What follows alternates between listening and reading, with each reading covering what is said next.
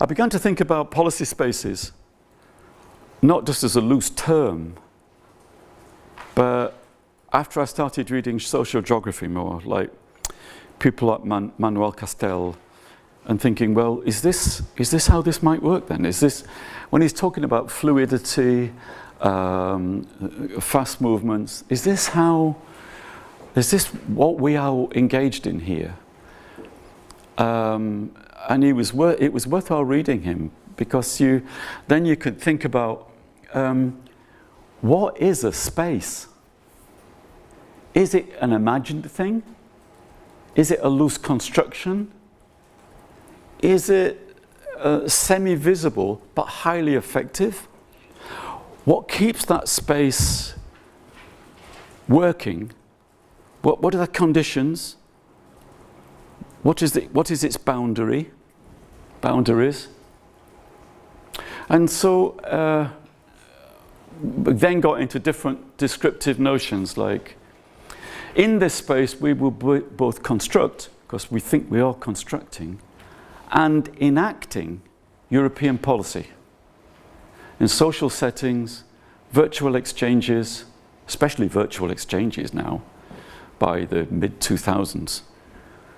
Networks are virtual, with scientific and discursive trading, extending beyond the local, national, even European borders. The difference, people, I think in a sense education researchers seem to like the word globalization, maybe because it means everything and it means nothing. And it's kind of good enough to pass the supervisor and write about.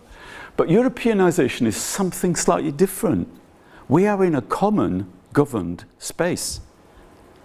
It's not just that Microsoft or Apple or Nissan wants us to behave in certain ways. This is a common governed space. And that's one of the essential differences, and why the globalization literature may appear to work, but sometimes does not, and vice versa. Actually, I must admit I'm a bit hostile to globalization.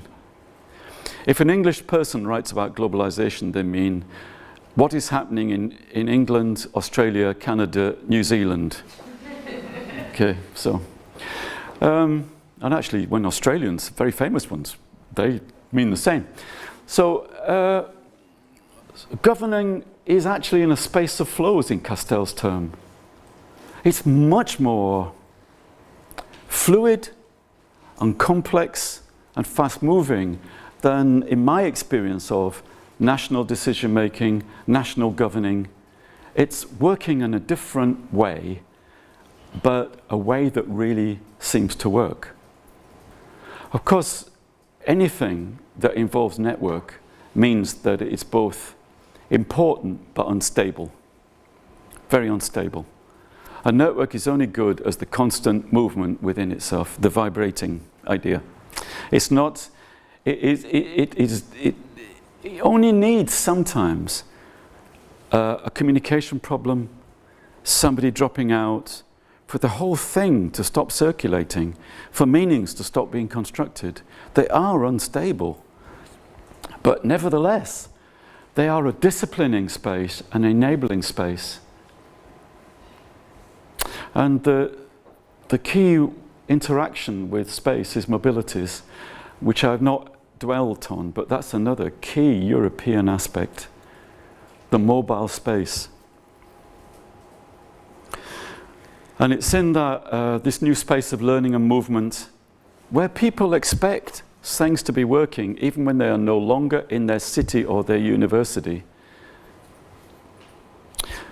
One of the ways to think about Europe is to think that we wouldn't be able to use our mobile telephones with each other if it wasn't for European regulation. You know, it's just simple. And at the same time, why do we treat that as our common standard?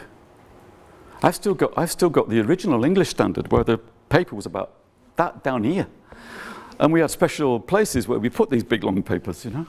So these are common standards, and the space of mobility, space and mobilities works because people are able to circulate, their ideas to circulate,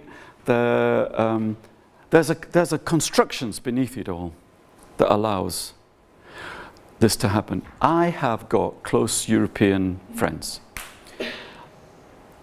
I don't have many English friends, but I've got close European friends, and even wider afield.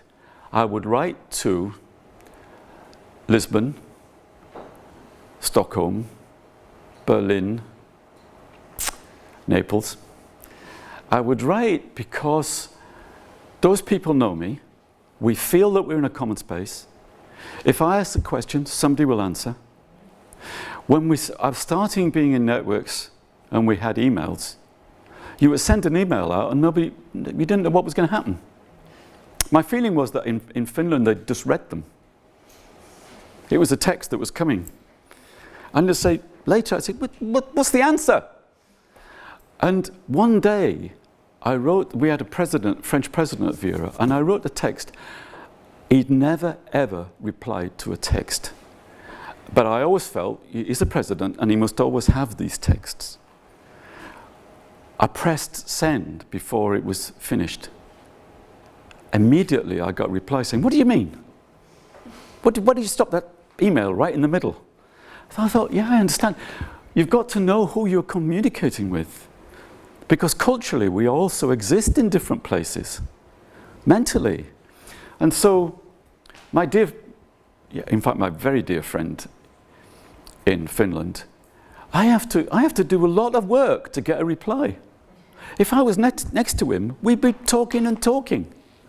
It's something to do that the technologies do not mean communication.